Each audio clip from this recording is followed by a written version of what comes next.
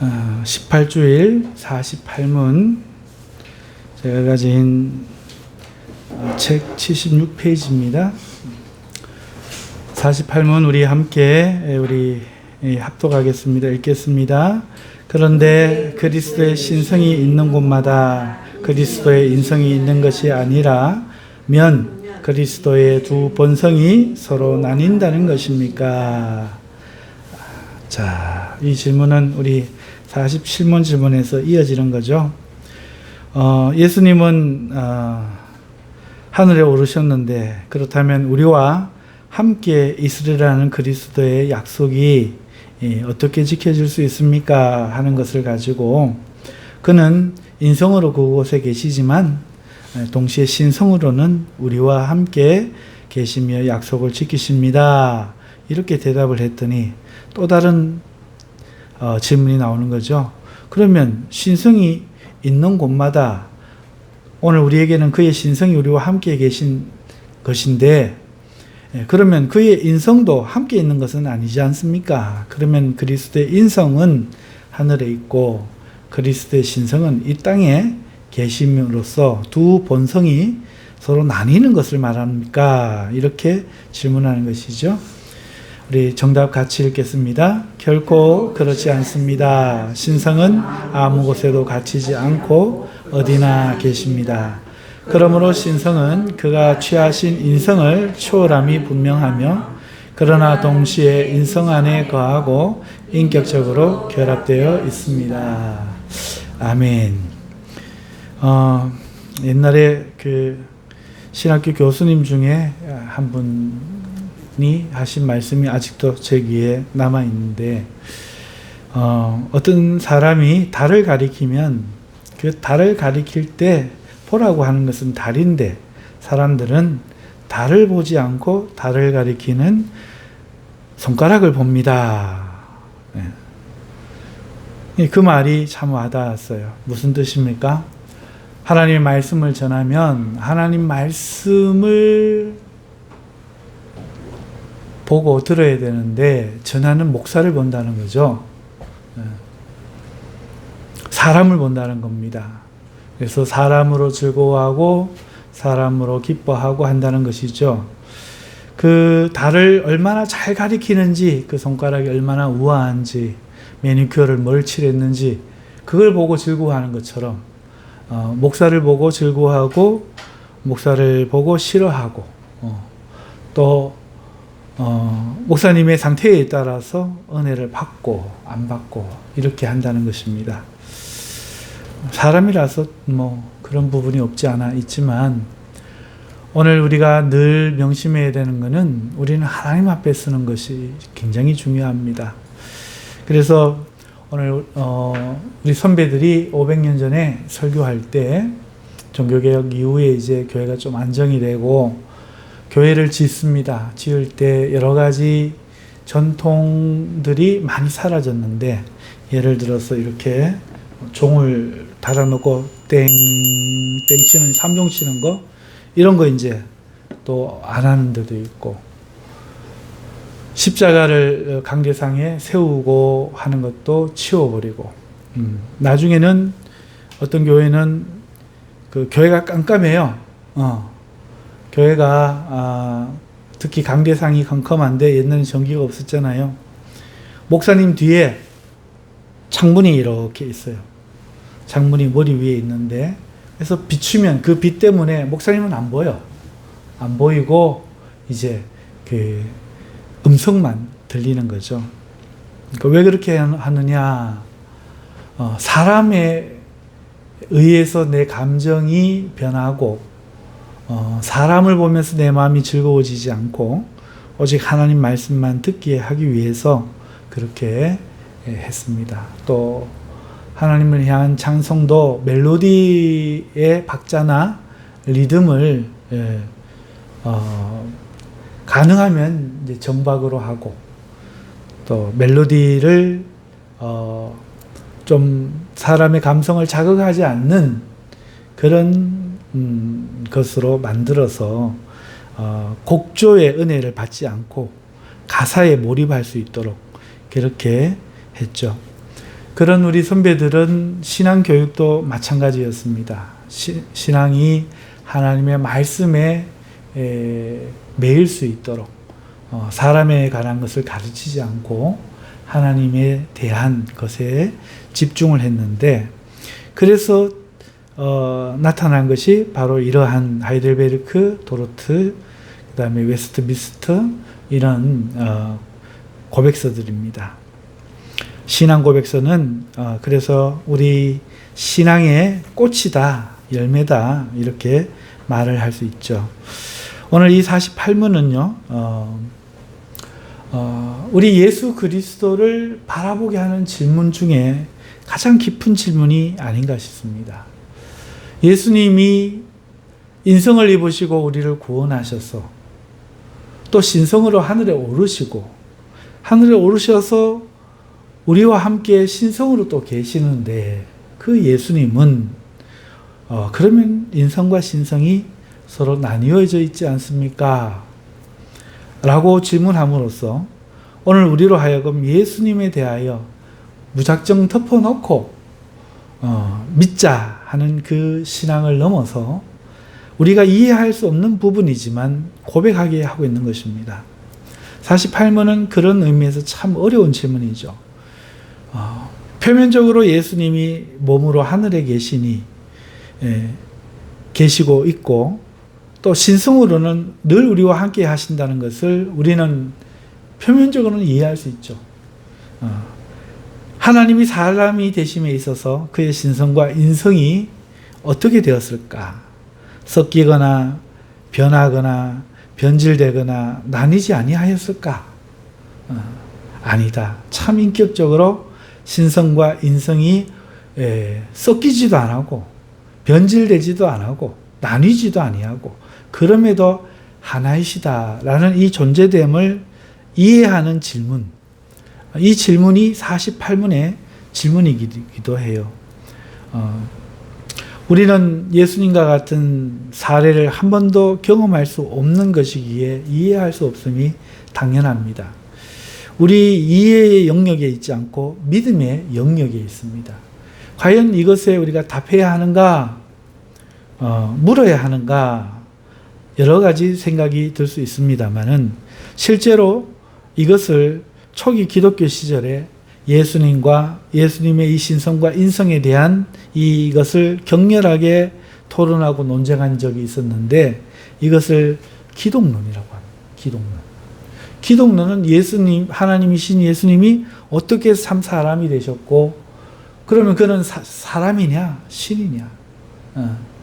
그의 사람됨은 그 육신은 그냥 진짜 몸을 입은 게 아니고 그냥 눈에 보이는 그런 신비한 몸을 입은 것이냐? 아니면 그는 요셉의 씨인데 세례를 받고 물에서 나와서 세례를 성령으로 받으실 때 하나님의 아들의 영이 임하여 하나님이 된 것이냐? 이런 온갖 이단들이 등장하였고, 그거에 대항하여 그는 요셉의 씨가 아니라 마리아에게서 성령으로 독생했으나 요셉의 족보를 빌려 이 땅에 오심으로써 우리를 대신하시는 참 하나님이 되셨다. 이러한 여러 가지 대답들을 기독론을 통해서 하고 있는데, 오늘 이 48문은 한마디로 이것을 우리가 설명할 수 없는 것은 사실이지만, 그리고 굉장한 이해가 필요하고 이해하기 위해서 지능이 필요하지만, 그리고 실제 우리의 믿음을 위해서는 그러한 토론이 그렇게 필요하지도 않지만, 오늘 우리는 오직 그가 하나님이시면서 또한 사람이시고, 그리고 육신으로는 하늘에 계시면서 나뉘지 아니하신 채 오늘 신성으로 온전히 우리와 함께 하신다, 이 정도는 우리가 고백함이 마땅하다 하는 결론으로 답하고 질문하는 거예요.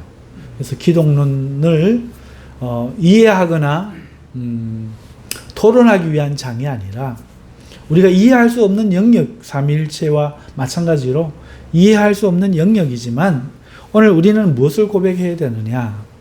우리가 지금까지 사도신경에서 다룬 것처럼 성령이신 하나님이 신성으로 마리아의 그 몸에 잉태되셨다. 죄악의 DNA를 가지지 아니하시고 마리아의 몸에 그가 성령으로 잉태하셨다. 그리고 그가 태어나셨는데 죄는 없으셨다. 그가 우리가 똑같은 육체를 가지고 배가 고프고 피곤하고 잠이 오고 죽을 수 있는 똑같은 몸을 가지고 우리가 겪는 모든 것을 다 겪으셨다. 그때 그의 그 신성은 인성과 함께 있는데 당하는 모든 일들의 신성으로 이겨냄도 아니요.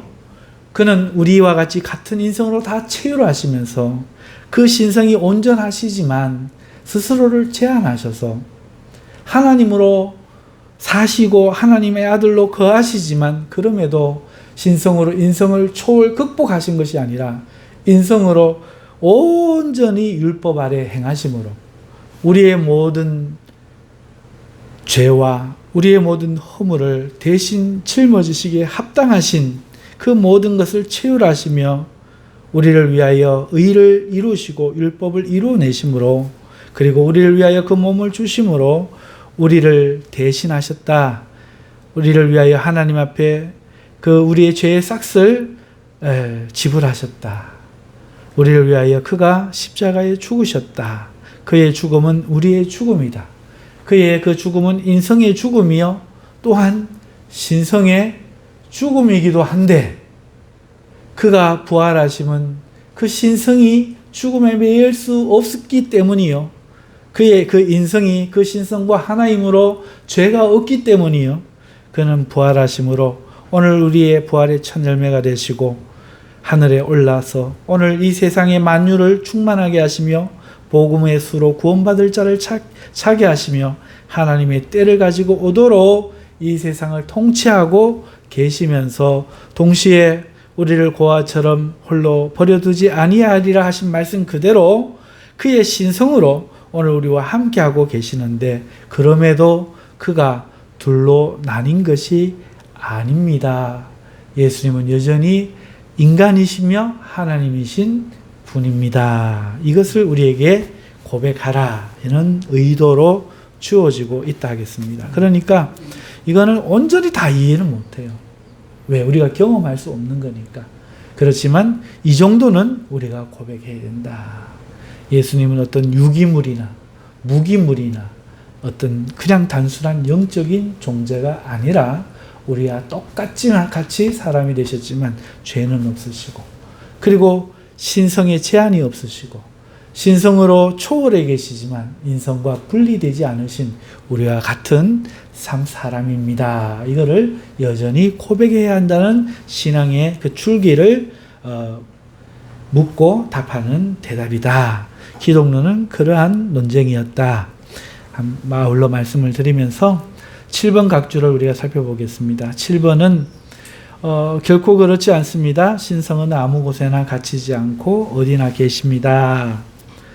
그러니까 신성은 제한되는 것이 아니기에 인성에 갇히지 않고 오늘 우리와 함께 계실 수도 있습니다 하는 것을 대답하는 성경 구절을 제시하고 있습니다. 이사야 66장 1절 말씀 같이 읽겠습니다. 여호와께서 이같이 말씀하시되 하늘은 나의 보좌요 땅은 나의 발등상이니 너희가 나를 위하여 무슨 집을 지을고 나의 안식할 처소가 어디랴. 자, 이 말씀을 가만히 보면 하나님은 신이시잖아요. 그러니까 신이신 하나님은 물질이 아니라는 겁니다. 영이시라는 거죠. 영이신 하나님 여호와 그 본체가 우리 예수님 아닙니까? 예수님은 물질로서 하나님의 본체가 아니라 영으로서 하나님의 본체십니다. 그러니 예수님도 영이시죠. 마찬가지로 예수님의 신성도 이 영성을 가지고 있습니다. 여호와께서는 어떤 분이십니까? 하나님께서는 이같이 말씀하십니다. 하늘이 나의 보좌다. 하늘이 무엇입니까? 우리가 눈에 보이는 저 창공을 이야기하는 겁니다. 저 창공이 얼마나 크고 얼마나 넓습니까? 그것이 하나님의 의자라는 것이죠. 이 지구 땅이 하나님의 발등상이라는 겁니다. 하나님이 얼마나 큽니까? 어떻게 이 공간에 담길 수 있겠습니까? 그러니까 너희가 나를 위하여 무슨 집을 지을고 나의 안식할 처소가 어디랴라고 말씀하는 겁니다. 공간이 아무런 의미가 없고 하나님은 그러니 공간에 제한되지도 않으시고 그렇습니다. 여러분, 공간과 시간은 어디나 물질에게만 의미가 있습니다. 제가 한번 시간과 공간에 대해서 강의를 창세기 때 해드린 적이 있죠. 사람들은 말합니다. 과학자들은 빅뱅은 시간의 시작이다 이렇게 이야기합니다. 제가 강의했던 이야기와도 같은 의미를 가지고 있죠. 하나님이 빛이 있으라 할 때 빛이 생겼다는 거예요. 어떻게 그 작은 한 점이 빅뱅으로 이어졌는지 과학자들은 말하지 못하지만 우리는 알죠. 하나님이 태초에 천지를 창조하셨을 때 그때 빅뱅이 있었을 것이다. 그리고 빛이 있으라 말씀하셨는데 천지, 하늘천, 땅지, 땅, 물질, 그 다음에 하늘천, 허공, 공간, 공간과 물질, 그리고 시간이라고 하는 것은 그 물질이 1년 전의 상태와 1년 후의 상태의 변화를 자각하는 자각의 개념이죠. 그 시간이 지나면 물질은 변한다는 거죠. 변하지 않는 물질이 하나도 없죠. 이것을 불교에서도 발견하고 제일 원인자를 이야기하고 있는 것입니다. 어찌됐든 하나님께서 이 천지를 창조하신, 우주를 창조하신 분이시라면 어떻게 그 공간이 하나님을 담을 수가 있겠습니까? 그래서 이 표현도 최소한의 표현이죠. 하늘이 나의 보좌라는 것은 우주도 나를 담을 수 없다는 것이죠. 하나님은 물질이 아니신 영이시니 그 공간이 하나님을 안식하게 할 수가 없다는 겁니다.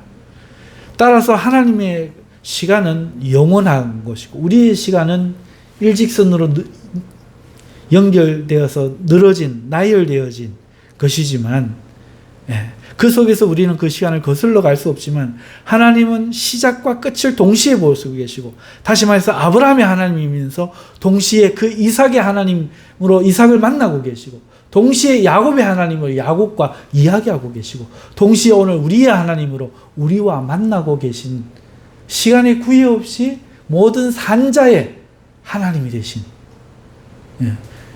하나님이란 겁니다. 이걸 의미를 알지 못하면 죽은 자의 하나님은 될 수 없고 살아있는 사람의 하나님이다 혹은 믿는 자의 하나님이다 이런 말로 들을 수 있는데, 또 그쪽 방면으로 생각하면 그럴 수도 있겠지만 이거는 하나님에게는 시간이 의미가 없다는 얘기예요. 지금 하나님은 아담을 만나고 계실 겁니다.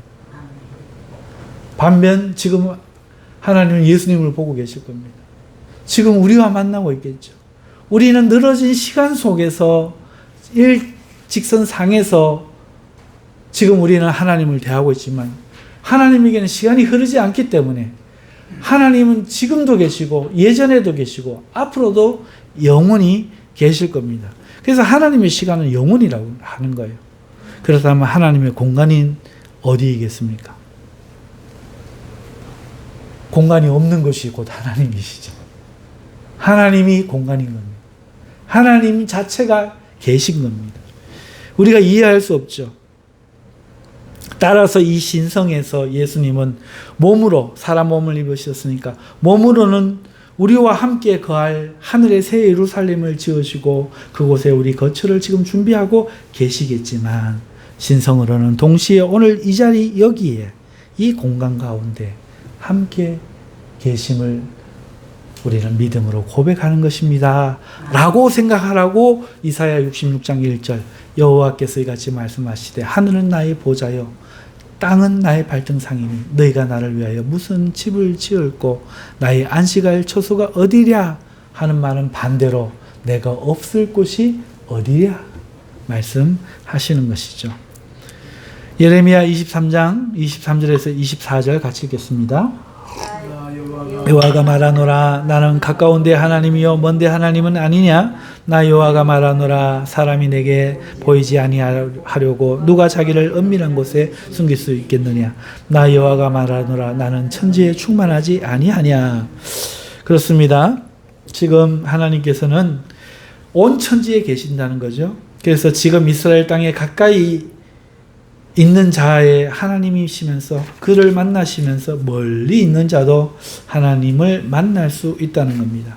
충만이라는 단어가 보여주듯이 하나님은 가까이에서는 더 강하게 역사를 하시고 멀리서는 약하게 역사를 하시는 제한받는 분이 아니라 어디에서나 똑같이 하나님으로 온전히 충만하게 계신 영적인 분, 바로 그분이 우리 하나님이라는 것이죠. 그러니 하늘의 그 공간에도, 이 땅의 공간에도, 땅 아래의 공간에도, 그 어디에도 우리 하나님은 충만하게 계십니다. 그 신성을 이렇게 표현하는 것이죠. 예수님도 하나님이시니 인간의 몸으로서는 하나님 우편에 계시지만 지금 오늘 여기에 충만히 계시는데 3차원의 세계의 공간을 바라보도록 지어진, 그것을 바라볼 수밖에 바라보는 기능 밖에는 담지 않은 우리의 시각으로 안 보일 뿐, 오늘 4차원을 바라볼 수 있는 믿음의 눈, 영적인 시각으로 믿으면 그가 보이기 시작하는 거죠. 아, 하나님이 내 안에 성령님으로 오셔서 지금 예수님을 깨달을 수 있도록 저 목사님을 통해 만나주시고, 내가 지금 이야기를 들으면서 이해할 수 있는 것도 내 안에 그가 부어주신 기름 부음이 깨달아지게 하고 있구나 하는 것을 믿음의 눈이 보고 듣고 할 수 있는 것이죠. 이것이 택함을 받지 아니한 세상 사람들에게는 절대로 있을 수 없는 일이요, 오직 내가 구원받기에 합당히 여겨 하나님이 나를 택해 주신 결과라는 것을 오늘 우리는 발견함으로, 물질 세계를 똑같이 세상 사람들과 살지만 오늘 우리는 초월하여 영적으로 그것을 느끼고 알 수가 있는 것입니다. 사도행전 7장 49절 같이 읽겠습니다. 주께서 가라사대 하늘은 나의 보좌요 땅은 나의 발등이성이니 너희가 나를 위하여 무슨 집을 짓겠으며 나의 안식할 처소가 어디뇨. 오늘 이 사도행전 7장은 스데반 집사님이 순교하기 전 마지막으로 그 유명한 큰 웅변을 하는 장면이죠. 마지막 설교입니다. 그러면서 이스라엘 땅과 그 안에 세워진 그 성전을 자랑하며 예수님을 죽였던 그 유대인들에게, 오늘 우리가 오전에 살펴보았던 그 천국 백성 아닌 그러나 하나님의 백성의 이름으로, 하나님 나라의 이름으로 자리하고 살아가는 그들과 똑같은 사람들이죠. 그 유대인들에게 예수와 그의 보내신 성령과 믿음에 대해 말씀하고 있는 겁니다. 스데반 집사님이 오늘 너희 하나님은 그 성전에만 어떻게 계시겠느냐? 어떻게 너희 혈통에만 제한되시겠느냐? 그 예수님은 믿음으로 모든 사람들의 하나님이 되신다. 온 세상의 하나님이시다. 지금 웅변하고 있는 것이고, 오늘 우리는 신약시대는 그 가르침을 받아서 오늘 우리가 참 내면적 유대인이요 참 영적 할례를 받은 사람들이다. 이렇게 자각하고 있는 것이죠. 사도행전 17장 27절에서 28절, 이는 사람으로 하나님을 혹 더듬어 찾아 발견케 하려 하심이로되 그는 우리 각 사람에게서 멀리 떠나 계시지 아니하도다. 우리가 그를 힘입어 살며 기동하며 있느니라. 너희 시인 중에도 어떤 사람들의 말과 같이 우리가 그의 소생이라 하니, 이 말씀은 어떤 말씀인가 하니까 아테네 사람들에게, 아덴 사람들에게 사도 바울이 전한 그 설교하는 내용입니다. 그래서 너희가 이름도 모르고 섬기는 그 하나님이 바로 내가 전하는 하나님이다. 너희들에게 비와 해를 주심으로 혹 더듬어 그를 찾아 발견케 하시려고 하나님이 지금도 행하고 계시고 우리 모두에게서 멀리 떠나 계시지 아니하시고 가까이 있도다. 그래서 우리가 지금 살아가지만 그를 힘입어 살아가고 힘입어 행동하는 것이다. 너희 어떤 시인들은 우리가 그의 소생이다, 신의 소생이다고 말하는 것처럼 오늘 우리는 그를 힘입어 살고 있고 이제 그의 이름을 말하노라. 그의 이름은 여호와, 그의 아들 독생자는 예수 그리스도시다. 그리고 그를 믿는 자들에게 성신을 허락하신다. 네. 그렇게 유럽이나 아시아나 아프리카나 아메리카 대륙이나 그 어디에든지 복음은 동일하게 전해지고 있는 것이죠. 하나님의 신성, 예수님의 신성은 제한되는 것이 아니기 때문에 오늘 여기 역사하신다고 분리되는 것이 아니라 그의 인성에 갇히시지 않고 어디나 어디에서나 계시고 충만하실 수 있는 신성임을 하나님에 대한 신구약의 말씀으로 우리들에게 증거하고 있습니다. 자, 8번 각주는 그러므로 신성은 그가 취하신 인성을 초월함이 분명하며 그러나 동시에 인성 안에 거하고 인격적으로 결합되어 있습니다 하는 내용을 다루기 위한 각주죠. 보다 기독론에 더 근접한 말씀이라고 하겠습니다. 그리스도의 신성은 인성을 초월하고 있다. 하지만 동시에 인성 안에 거하고 있다. 인격적으로 결합되어 하나로 계신다. 이렇게 말씀하고 있습니다. 자, 마태복음 28장 6절 그가 여기 계시지 않고 그의 말씀하셨던 대로 살아나셨느니라. 와서 그의 누우셨던 것을 보라. 여러분, 주님은 죽음에서 부활하셨죠? 하지만 인성이 부활할 수가 없죠? 인성만으로는 부활할 수가 없습니다. 인성을 부활하게 한 능력은 그의 신성에서 비롯되는 거죠. 하지만 그 신성은 인성을 초월할 뿐 인성을 벗어나지 아니하시고 하나로 계십니다. 그래서 그 신성이 그의 죽은 몸을 다시 살리시는 겁니다. 그리고 그 신성과 함께 그 인성도 하늘로 가셨죠. 그 인성은 하늘에 오르셨지만 그럼에도 불구하고 그의 신성은 제한되지 아니하고 오늘 우리에게 계신다. 그가 여기 계시지 않고 그의 말씀하신 대로 살아나셨느니라. 와서 누우셨던 것을 보라 라고 말씀하며 예수님이 인격적으로 그의 신성이 하나 되어 부활하셨음을 말씀하며 요한복음 13장 13절의 말씀이 이와 같이 말씀합니다. 같이 읽겠습니다. 하늘에서 내려온 자 곧 인자 외에는 하늘에 올라간 자가 없느니라. 즉 예수님은 그 인성이 그 신성으로 말미암아 승천하셔서 하늘에 올라가셨다. 또 육신이 하늘에 오르심도 그의 신성 때문이다 말하면서 그 둘은 하나이며 동시에 신성은 인성을 초월하여 계신다. 왜? 앞에서 이미 우리가 고백했기 때문에 그렇게 말하는 것이죠. 요한복음 11장 15절 내가 거기 있지 아니한 것을 너희를 위하여 기뻐하노니 이는 너희로 믿게 하려 함이라. 그러나 그에게로 가자 하신대. 이 말씀은 예수님께서 나사로가 죽었다는 그 전언을 듣고 하신 말씀이 있잖아요.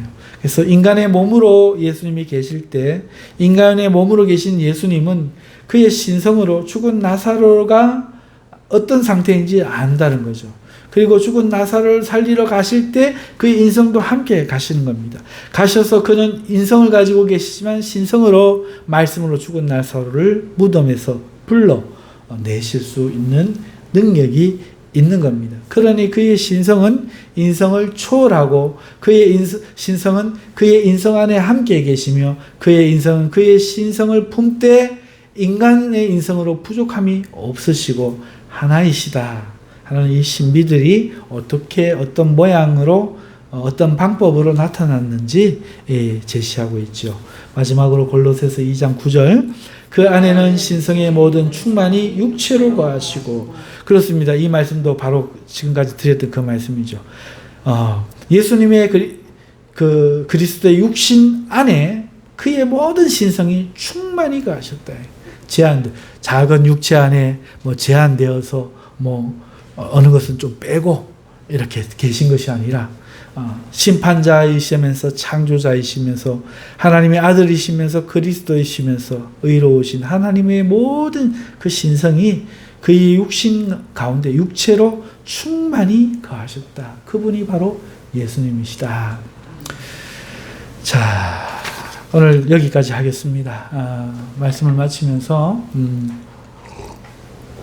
오늘 여기서 다루는 내용은 아니지만 잠시 한 가지를 생각을 하자면 우리는 그래서 사람을 대할 때 보이지 않는 사람을 대할 때 조심해야 합니다. 왜냐하면 때때로 믿거나 말거나인데요. 호랑이 담배 피던 시절의 이야기 같은 얘기인데요. 하나님은 아브라함을 찾아오셨습니다. 여호수아를 찾아왔죠. 모세를 찾아왔습니다. 사람의 모습으로. 지금부터 한 300-400년 전에 무디는 하나님을 만났죠. 예수님 자기를 구두방을 찾아오신 그분이 하나님이신 걸 뒤에 깨달았죠. 여러분, 하나님은 오늘도 우리를 노인이나 거지나 고아나 과부나 그 어떤 모습으로도 찾아오실 수 있어요. 이것도 놀랍지만 더 놀라운 게 있습니다. 너희가 이 소자를 나의 이름으로 대접하면 나를 대접합니다.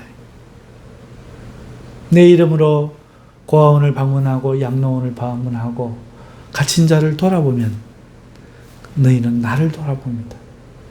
주님이 몸으로도 찾아오실 수 있고 오늘 우리 주위에 있는 사람을 통해서 우리는 주님을 만날 수도 있다. 그러므로 오늘 우리 형제를 대함이 주를 대하듯 하고 겸손해야 하지 않겠는가? 가르치려 들지 말고 형제 제의를 지적하려고 하지 말고 내가 위치가 지도자고 감독이어서 그 일을 해야 하면 할 수 없이 하는 일이지만 그렇지 않으면 우리는 형제의 허물을 덮고 용서하고 사랑하고 존경하며 주님을 대하듯이 주님을 대하는 마음으로 말씀 하나라도 경청하고 그렇게 해야 할 줄로 믿습니다. 그것이 신성으로 충만히 우리 가운데 계신 주님을 만나는 길이죠. 가족을 통해서도 만나 주실 수 있고 내 자신을 통해서도 주님은 오늘 만나 주실 수 있습니다. 기도하겠습니다. 걸어가신 주님, 오늘 하이델베르크의 말씀으로 저희들 공부하면서 우리가 믿음으로 가져야 될 부분이 주님께서는 오늘도 우리와 함께 하신다는 겁니다. 신성으로 함께 하신다는 것입니다. 그 예수님은 몸을 가지신 하늘에 계신 그 예수님인 동시에 나뉘지 아니하신 같은 주님, 그 주님이 오늘 우리와 함께 계심을 우리가 믿어야 한다는 것입니다. 그리고 그 주님은 지금 내 눈에 보이고 옆에 있는 형제 자매들을 통해 우리를 만나주시고 우리를 성장시키고 계십니다. 이 땅을 살아가는 동안 사람들 앞에 인간의 물질의 눈으로 바라보지 말고 이 믿음의 눈으로 바라보며 주님을 대접하고 주님을 경외할 수 있는 우리들이 다 되게 하여 주시옵소서. 예수님의 이름으로 기도합나이다. 아멘.